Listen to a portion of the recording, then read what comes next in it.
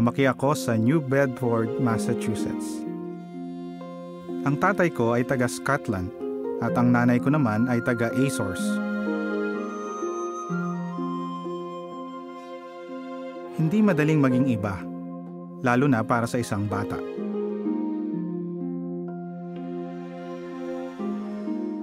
Para sa isang bingi, napakahalaga ng paningin.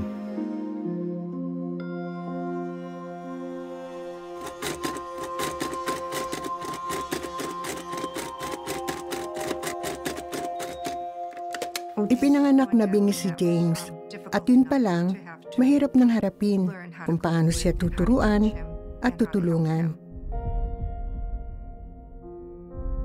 Pagkatapos, noong mga 7 taong gulang siya, napansin naming lumalabo ang mata niya. Noong una kaming magpatingin sa doktor, wala silang nasabi sa kondisyon ni James kundi hirap siyang basahin ang eye chart.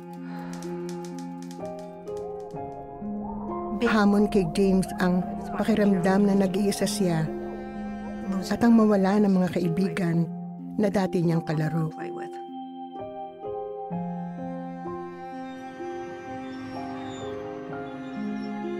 Noong 8 taong gulang ako, tuluyan akong nabulag dahil sa retinal detachment.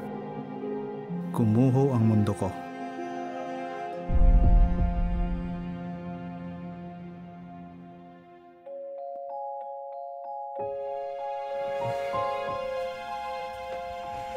Kapag nasa isang lugar ako, kinakapa ko ang paligid ko.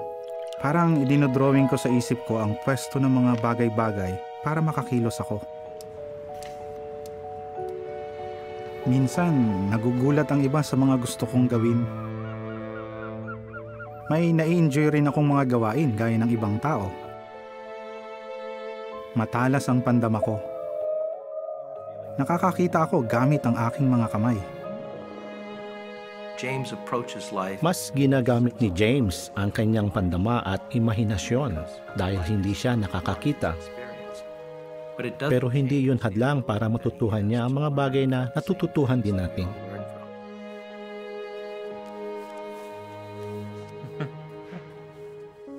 Malaking tulong sa akin ang matutong magbasa ng Braille.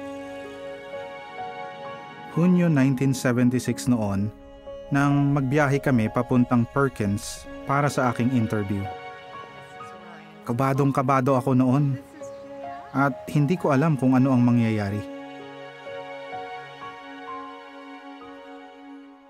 I worked 12 taon kong nakasama si JR. Ang isang taong bingit bulag ay walang kaalam-alam sa kanyang paligid, malibang lapitan at hawakan mo siya.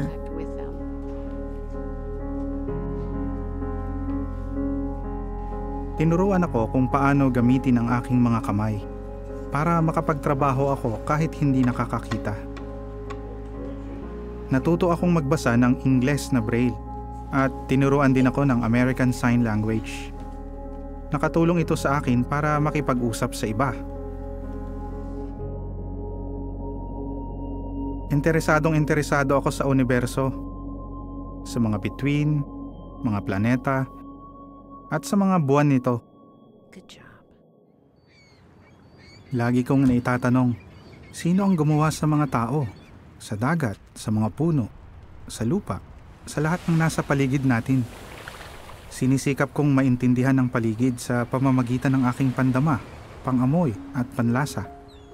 Hindi ako nakakakita ng liwanag, pero nararamdaman ko ang init ng araw sa aking balat.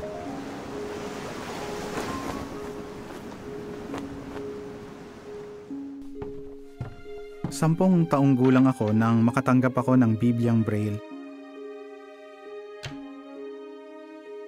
Pinibigyan ako nito ng pag-asa at tinuturuan ng maraming bagay. Ang mga inukit na kinokolekta ko ay tulad ng mga larawan na idinidisplay ninyo sa inyong bahay.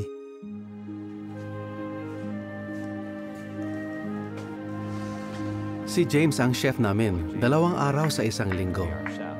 Napakatibay ng pananampalataya niya at sa tingin ko, nakatulong iyon para makayanan niya ang anumang pagsubok.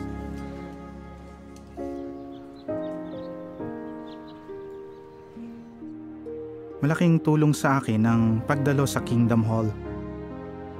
Dito nagtitipon ang mga saksi ni Jehovah para sumamba. May mga kaibigan ako dito na para ko na ring pamilya. Binigyan ako ng atas sa literature. Tagahatid ako ng mga magazine at DVD sa mga kapatid. Nakikilala ko ang mga tao sa pamamagitan ng kanilang kamay. Espesyal na okasyon ang mga kumbensyon. Nakakasama ko ang mga taong gaya ko. Nakakatanggap kami ng spiritual na paalaala, pati na ng bagong mga literatura sa Braille.